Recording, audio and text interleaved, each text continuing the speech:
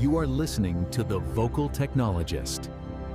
Spoken tech for your ears. Historically, spending money has always been this really physical, highly intentional act. You hand over a heavy coin or you swipe a piece of plastic, or at the very least, you're clicking a buy now button on a screen. Yeah, you feel the friction. There's a moment of actual choice there. Right, exactly. You feel the friction. But what happens when that human moment just entirely vanishes? Because you are someone who loves learning about where the world is going without getting bogged down by all the noise. And we have a massive stack of data today from early June 2026. And it shows that the fundamental nature of a transaction is literally being rewired as we speak. Oh, absolutely. We are basically engineering the friction completely out of the system. That tangible moment of decision, a human pausing to agree to an exchange of value, it's being replaced by systems operating entirely in the background. Okay, let's unpack this, because in today's deep dive, we are really getting into the mechanics behind this shift. We're talking about moving from humans tapping screens to AI agents negotiating deals at, machine speed. And beneath it all, the actual plumbing of the financial world has turned into this massive turf war between traditional banks and crypto. Yeah, and to really understand where we are actually heading with this, we have to look at the sheer scale of artificial intelligence adoption right now, because it is laying the literal tracks for basically non-human commerce. The numbers in these June reports are just staggering. OpenAI just hit 1 billion monthly active users in only 3 years. Which is completely unprecedented. It's the fastest consumer platform to ever reach that milestone. And they've confidentially filed for an IPO, eyeing an $852 billion valuation. Meanwhile, Anthropic's Claude, they surged 640% to 56 million users. People aren't just playing with these tools anymore, they're fully integrating them into their workflows. Right. And we are crossing a really critical threshold here. We're moving out of the phase where AI is essentially just a highly competent encyclopedia that answers your questions. And we're entering a phase where the AI actually takes action on your behalf. It's the pivot from chatting to buying. Exactly. And the major payment networks, they clearly see this coming. Visa just officially partnered with OpenAI to integrate payment tools directly into ChatGPT. They're calling it agent-initiated payments, and there's this company called Wirex that's joining Visa's program to test this out. Plus, MasterCard just launched Agent Pay for Machines. But I'm trying to visualize how this actually works for you. Is this just like an AI automatically renewing my Netflix subscription? No, it is much faster and way more dynamic than just a scheduled renewal. Think of agentic commerce, less like basic automation and more like a high-frequency trading algorithm applied to your daily life. Oh, wow. High-frequency trading for groceries. Basically, yeah.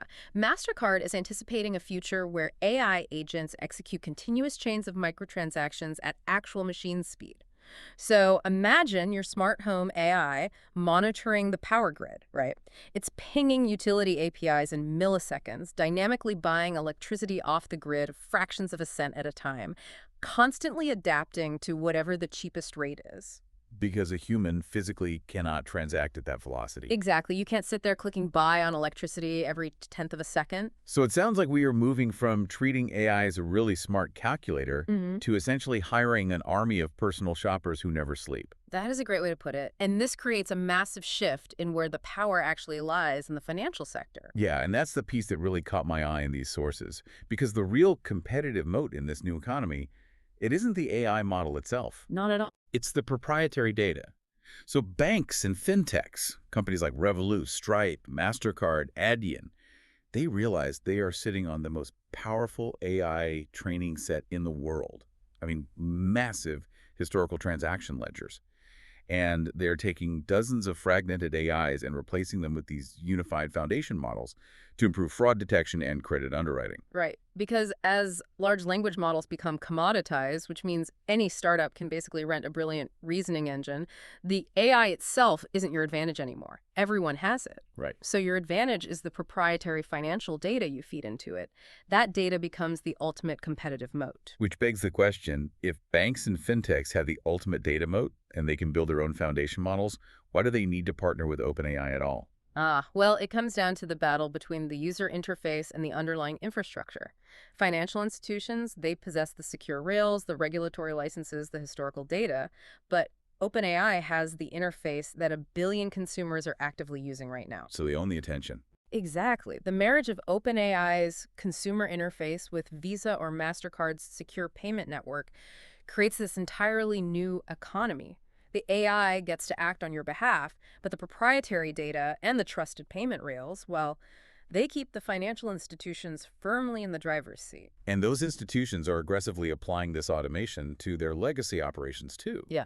One report noted that JP Morgan Chase is deploying these ripcord robots alongside AI to process 480 million physical paper checks annually. Yeah, the scale of that is incredible. They literally have physical robots opening envelopes, pulling out staples, scanning documents, and then the AI reads the handwriting with like 99.9% accuracy because I guess you can't have AI agents moving money at the speed of light if the bank is still waiting for a human to pull a staple out of a paper check. Right, digitizing that legacy physical infrastructure is an absolute prerequisite because if you have AI agents operating as consumers making thousands of micro decisions a second, your internal systems have to keep up. Which leads directly into this massive crisis happening in the corporate back office right now. Because if AI is making millions of microtransactions, human accountants and security teams are instantly rendered obsolete. You literally cannot have machine speed spending and human speed bookkeeping. The velocity of accounting has to match the velocity of money. It's that simple. And the venture capital world is just throwing billions at this bottleneck. Ramp just debuted Ramp Stack, which is an AI accounting operating system designed for month-end closes, cash reconciliation, transaction coding.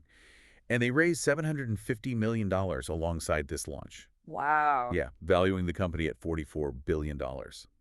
At the same time, Airwallex just acquired Leapfin to automate GAAP-ready financials and subledger infrastructure. Yeah, and to understand why that acquisition really matters, you have to look at how a subledger actually works. So a subledger is the super granular line-by-line accounting that tracks every single microtransaction before it rolls up into the main company books. In the past, humans had to manually reconcile those lines to ensure they met generally accepted accounting principles, or GAAP. But Airwallex is automating that translation layer. They're turning raw machine speed data into audited legal tax documents on the fly.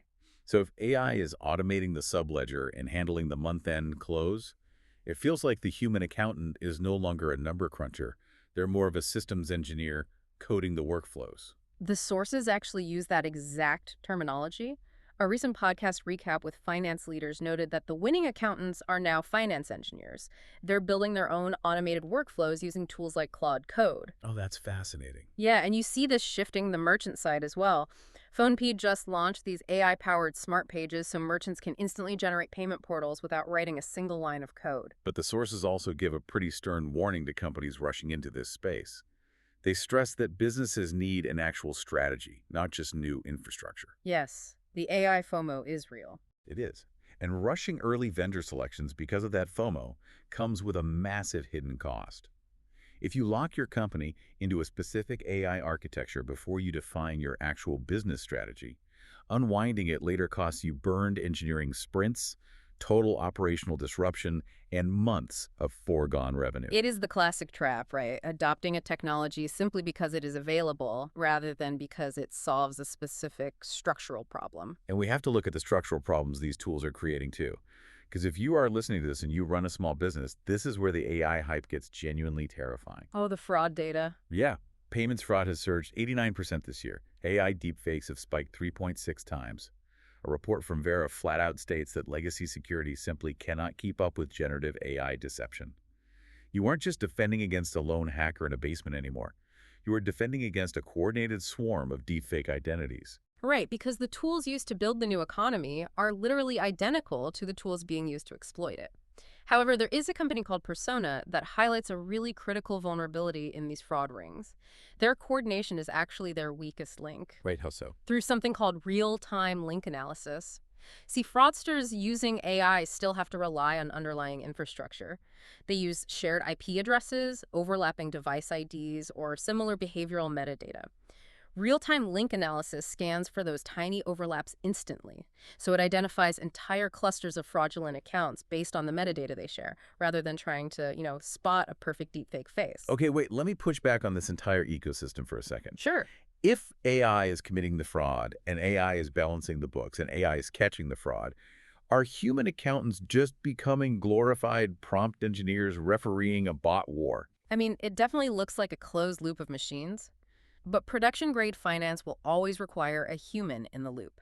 The AI is incredible at automating the workflow and detecting patterns, but ultimate security, strict compliance with international sanctions, and resolving bizarre edge cases, that still requires a human underwriter. The human isn't just a referee. They are the final bearer of risk. That makes a lot of sense. But for all this AI automation to actually move money without a human, it needs to interface with the financial plumbing. And right now, AI agents can't easily plug into the traditional banking system because it relies on decades-old batch processing. Right, the system shuts down on weekends. Exactly. So for these agents to really work, they need infrastructure that operates instantly, 24/7. They basically need crypto-like rails. And that brings us to the massive regulatory turf war currently unfolding. Yeah, the battle between traditional finance and the crypto industry over who actually gets to build and control those new rails. Now, before we dive into the specifics of this battle, we need to be completely clear with you, the listener. Our sources discuss there is, but they also detail significant political hurdles.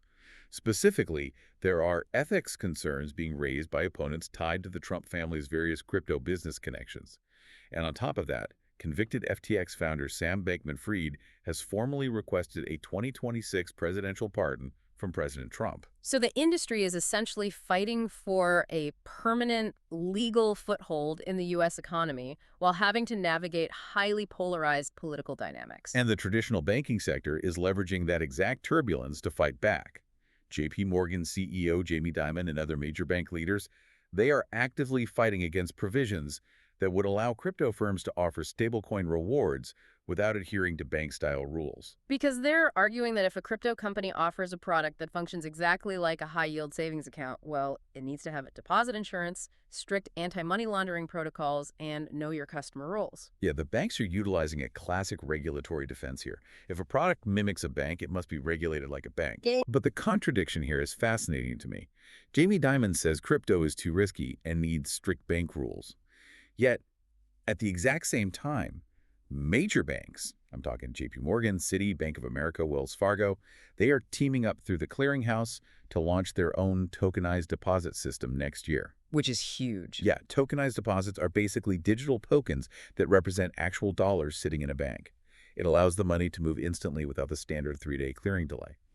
So aren't the banks just building their own private crypto network? They absolutely are, and it is a profound admission by the traditional banks. By building tokenized deposits, they are explicitly acknowledging that the underlying technology of crypto, blockchain ledgers and tokenization, is vastly superior to their legacy payment rails. Wow. The technology has already won the argument. The battle now is entirely about regulatory jurisdiction, and crucially, who captures the yield. The banks want the efficiency and speed of crypto rails, but they want to keep the capital inside the walled garden of traditional finance so they can continue to earn interest on those deposits. Meanwhile, the real-world utility of crypto keeps expanding outside of those walled gardens. Like, the global payroll platform Deal just launched a stablecoin called DLUSD on Stripe's Tempo blockchain. And Deal has 1.5 million global workers on its platform. This is a perfect example of why this technology actually matters to everyday people. Think about it. If you are a remote worker living in a country experiencing hyperinflation, getting paid in your local currency means your labor is instantly devalued. Right. But by receiving your salary in a digital US dollar stablecoin like DLUSD, you peg your labor to a stable asset. You escape local currency volatility entirely. And Deal goes a step further, too. They are allowing those workers to earn a DeFi yield on those stablecoins. DeFi, meaning decentralized finance. So they earn interest not from a bank loaning your money out, but from automated smart contracts lending it directly to other users. It basically turns a digital wallet into a high-interest savings account for someone who might not even have access to a traditional local bank. It's powerful, but the risks inherent in decentralized systems remain pretty severe. Oh, absolutely. Case in point, a security researcher just found a massive vulnerability in Zcash's Orchard shielded transaction pool. The shielded pool is essentially the cryptographic black box that keeps the sender, the receiver, and the transaction amount completely private. Yeah. Well, the bug they found meant an attacker could have secretly printed counterfeit digital money inside that black box without anyone on the outside ever knowing. I mean, that is literally the nightmare scenario for a digital currency. It is. Now, Shielded Labs patched it quickly, and the bug was never actually exploited. But the disclosure of the vulnerability alone caused the price of the ZEC token to plummet 31% instantly. Yeah. It proves that while innovation moves incredibly fast, when a zero-knowledge proof mechanism fails, there is no central bank coming to bail out a flawed smart contract. The financial consequences are immediate. So we have AI agents needing instant rails and a massive regulatory war over who provides them. What is the financial fallout of all this back-end infrastructure shifting? The fallout is that it is funding a massively profitable industry that is now bleeding heavily into consumer hardware and physical assets. Global fintech revenue hit a record $504 billion in 2025. It is growing at 22%, which is 4 times faster than the growth rate of traditional banks. 4 times faster. Yeah. Take Revolut. They just hit 75 million customers and a $75 billion valuation. They just secured a full UK banking license, and they are launching 5 new credit cards in the UK alone. They are essentially operating at the scale of a major sovereign nation's banking system. They really are. Their founder, Nick Stronsky, could see a $76 billion personal fortune if they hit their targeted $200 billion IPO valuation in the next 2 years. Wow. Though it's worth noting there is a major leadership shift happening there as their CTO, Vlad Yatsenko, steps down. But transitioning from a hypergrowth startup to a mature financial institution is brutal. Nubank shares just tumbled after they hired Visa's Rob Livingston as their new CFO. Now, why would hiring a veteran Visa executive cause a stock to drop? That seems counterintuitive. Because it signals a fundamental shift to the market. Growth investors want exponential user acquisition. So when a hypergrowth fintech hires a legacy Visa executive, investors suddenly realize the startup phase is over. The focus is shifting from acquiring users to managing mature, conservative credit risk. It means safer, but much slower, growth. Ah, that makes total sense. Yeah, and you see this maturation across the board. Companies like Bending Spoons also filed for a $20 to $22 billion U.S. IPO. But I'm curious, how is all of this invisible automated infrastructure actually manifesting for the average consumer? It's manifesting in these highly aesthetic physical quirks. It's so interesting. For instance, Apple Wallet is adding a built-in bill splitting tool. You just take a photo of a physical dinner receipt, and the software automatically parses the items, lets you assign them to different friends, and auto-calculates everyone's share. It even does the complex math for tax and tip. I love that. It entirely removes the social friction and the awkward math of splitting a dinner bill. Right.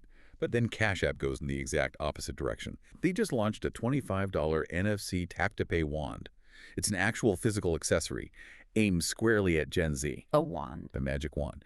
The idea is that you can make payments at a register without pulling out your phone or a card. It turns the payment into a highly visible, social, collectible experience.